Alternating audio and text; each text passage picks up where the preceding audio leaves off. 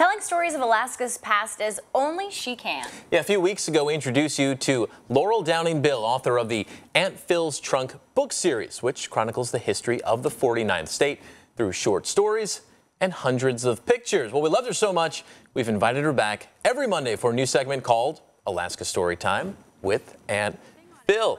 Here for our very first Daybreak history lesson, Laurel Downing Bill. Good morning. Good morning. Welcome Thank you back. for having me. Oh, we are so happy to have you. Class is officially in session. So the question is, where do we start? Well, I thought maybe we'd start with early Cook Inlet. And I'm talking about 20 years after Alaska became part of the United States. We had many Alaska Native people living in the area of Cook Inlet at the time, and a few prospectors were coming in and checking things out. And so we're talking, Russians, the Russians. Well, the Russians had discovered gold, but they didn't want the word to get out about it because they were afraid that people would come north and disrupt their fur trade. Okay, so now one of those Russians was an explorer, Alexander King. Alexander King came north around 1888, and he thought there was gold in the Kenai area, so he convinced a trader to grub stake him with supplies that would last him 2 summers and a winter, and off he went exploring. Well, he jumped into his dory with his supplies, and he paddled up the Turnagain Arm, which he was probably one of the first white people to do that because it was very swift tides, and of course they didn't have any gas engines back in those days, so it was all arm power to get him to looking for his gold. And 2 summers later, he came back with 4 big pokes of gold, and he paid off the trader, and then he got more supplies to continue his search. Well, of course, the word got out that he had found gold, so pretty soon we had thousands of miners heading north and scouting out, excuse me, the Cook Inlet area. And that's how you get the settlements of like, oh gosh, we have Sunrise and Hope, and then Girdwood at the same time. So we've got a few pictures, which are obviously from the books of these settlements as they first started out, and it's amazing. So some of these locations still kind of small, but the way they started out, yeah, there you go.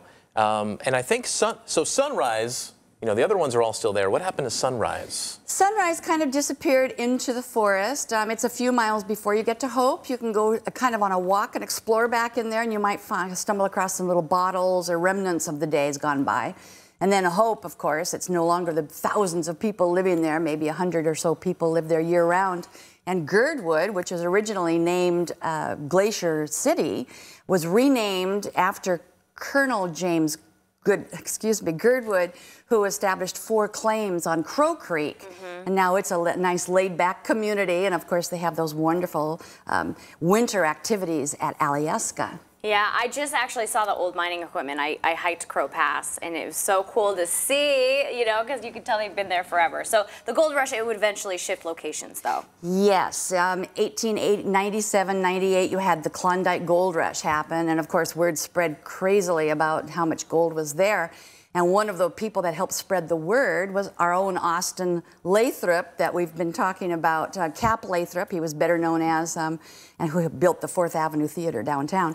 Well, he had the L.J. Perry, and he was transporting equipment and people around Cook Inlet, and he spread the word about the Klondike Gold Rush. So he really helped empty the settlements and had people going off. And we only have a few seconds. That brings us right back around. We'll tie it in a bow. What happened to Alexander King?